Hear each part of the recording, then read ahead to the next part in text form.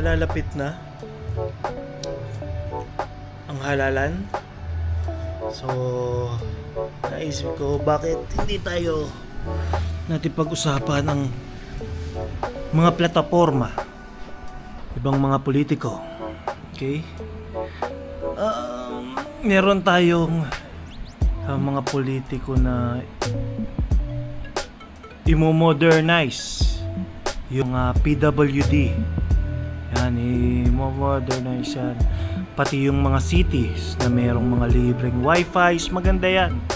Kasi alam nyo ngayon, in our generations, pangangailangan na siya for everyday.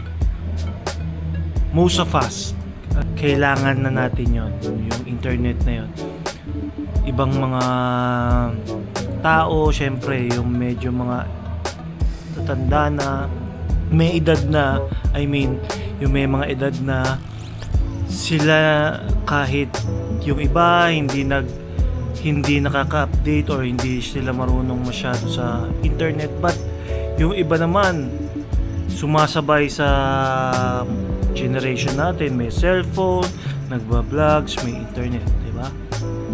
Pero ang gusto ko lang is sana i-implement nila bidet sa kada CR nationwide, ever it is public man or private na restrooms, sa mga malls, sa mga restaurants, sa mga kahit karinderya. Dapat i-implement yan na meron dapat bidet. Napakahirap maghanap ng establishments or areas na maganda maganda yung lugar, maganda yung place. Pero yung mag-CR ka naman tayo western countries eh.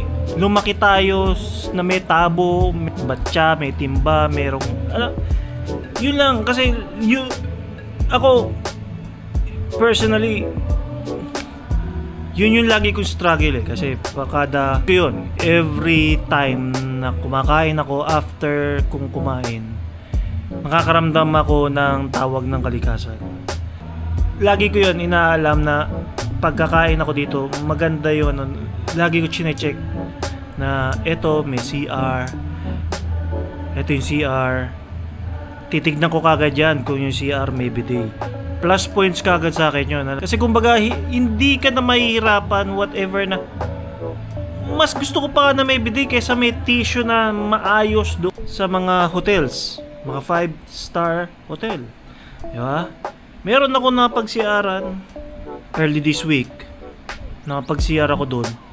Bubungod sa'yo, magandang tissue na nakabalot siya sa box. Pag sumiyar ka, kukunin mo na lang, gaganyan pupunas mo, di ba? Yung pakiramdam mo na, lalo na ako kasi balbon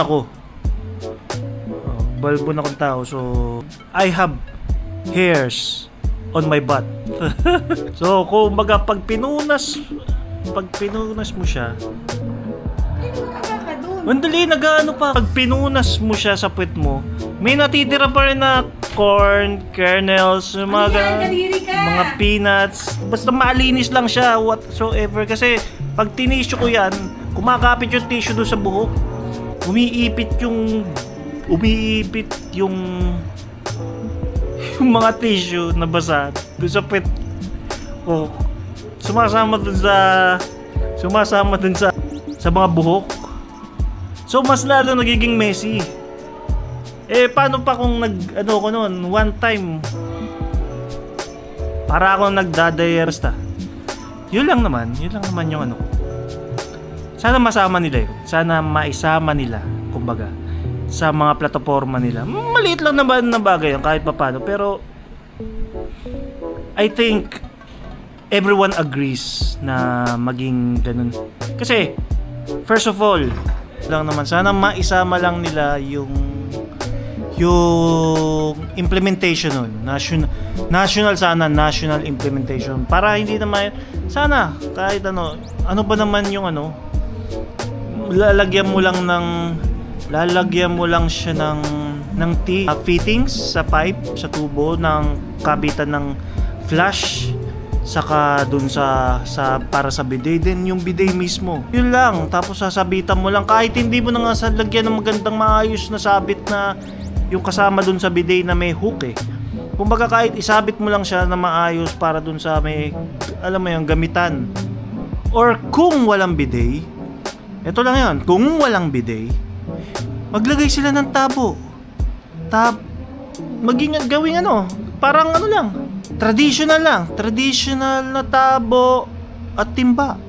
Para kung katulad yan, kung nga sa karinderya lang pa, syempre yung budget, tight yung budget, hindi naman masyadong yun lang, timba at tabo lang, yun lang.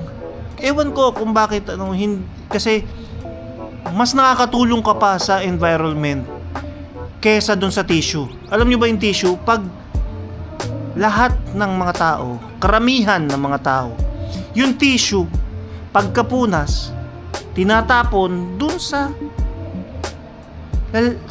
toilet bowl mismo, sa bowl mismo. Tapos ipa-flush. Or di magbabara yun. Or yung tissue, pagkapunas, kung hindi ilalagay dun sa bowl, nilalagay dun sa trash can. So ang kawawa yung naglilinis yung mga housekeeping doon. At itatapon dun sa na makikita mo na merong yema, krema, or na nandun sa, alam mo yun, halo-halo. So syempre sanitary yun. Kumbaga health issues yun. Yun lang naman. Even sa mga buffet na restaurant, pag nag-buffet kayo, understood na yun na pagkatapos nyong kumain, sa sobrang dami nyong kinain, magsi-CR ka. Pero pagdating mo sa CR at walang bidet, tapos meron lang tissue, so yun yung purpose nun. May tissue, di ba? Daming gagamitin na, mag-aaksaya ka ng tissue, tapos itatapon mo dun sa ang mamumblema nun, yung malabanan or yung siphoning company na magsisip-sip ng wastage dun sa restaurant na yun, sa establishment na yun, diba? Kasi buo-buo siya, hindi yan naman kagad yan nalulusaw eh, yung mga tissue na yan eh. Hindi yan yung hindi totoo yung pag nilagay mo sa tubig, maghihiwalay-hiwalay, hindi totoo yun. Merong tissue na may makapal, merong tissue na may manipis. So, hindi mo alam kung yung tissue na nilagay mo doon is makapal o manipis. Diba? Minsan, merong tissue doon na 1-ply lang. Minsan, may tissue doon na 2-ply o meron doon na tissue na 3-ply. Diba? Kaya hindi pare-parehas yung So, syempre, ang tendency nun, matagal siyang mag-shred, matagal siyang So, lahat yun, pupunta yun sa ibabaw ng So, yun ang unang mahihigop ng siphoning company. Diba? Yun lang naman. Naisip ko lang. Sa darating na eleksyon, diba? Maging totoo sa pagboto. Yun lang. Babush.